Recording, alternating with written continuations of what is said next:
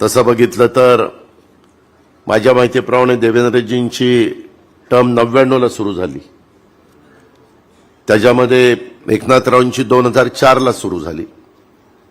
ह्या सगळ्यांच्या मध्ये विधानसभेमध्ये सिनियर मी आहे.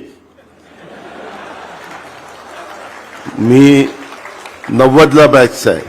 हे बाकीचे सगळे माझ्या मागचे आहेत, परंतु सगळे माझ्या पुढे निघून गेले, मी माझंच राहिलोय. मित्रांनो, गमतीचा भाग जाऊ द्या. शेवटी ज्या त्या गोष्टी ज्या त्या वेळेस घडत असतात.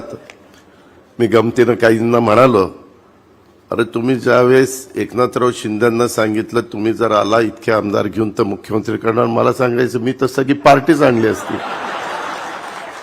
काय शेवटी जे नशिबात असतं तेच होतं. आपलं आपलं काम करत राहायचं.